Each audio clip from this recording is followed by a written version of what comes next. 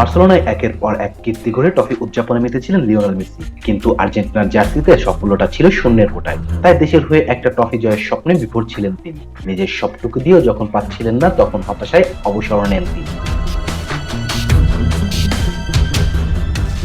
মেসিকে ফেরাতে তখন রাস্তায় নামেন সারা বিশ্বের ভক্ত ও সমর্থকরা। শুরুতে ফিরতে না চাইলেও পরে ফিরেছেন। এরপর একে একে সব জিতলেন, কাতার বিশ্বকাপের ট্রফি উঁচিয়ে অমরত্ব লাভ করলেন। এখন যখন বুট জুড়ে তুলে রাখার সময়, তখন আবারও আরেকবার কিংবদন্তি বিশ্বমঞ্চে দেখা নিয়ে মুখে আছেন ভক্ত ও সমর্থকরা। ৩৮ বছর বয়সী মেসিকে দেখার স্বাদ যেন মিটছেই না সমর্থকদের।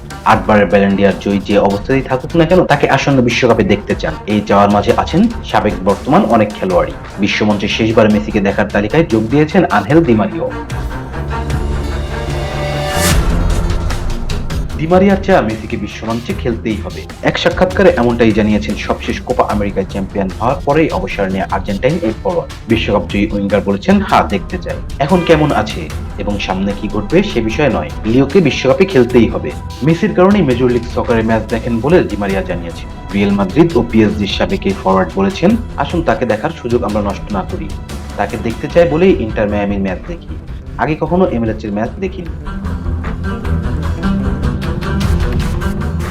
আগামী বিশ্বকাপ যখন শুরু হবে, তখন মেসির বয়স দাঁড়াবে ৩৯ বছর। ক্যারিয়ার গধূলি লগ্নে পৌঁছে যুক্তরাষ্ট্রের মেক্সিকো ও কানাডা বিশ্বকাপে খেলাটা যে তার জন্য কঠিন হবে তা এখনই টের পাওয়া গেছে। কেননা চোটের কারণেই ইতিমধ্যে আর্জেন্টিনার হয়ে বেশ কিছু ম্যাচ মিস করেছেন তিনি, সঙ্গে মায়ামিরও।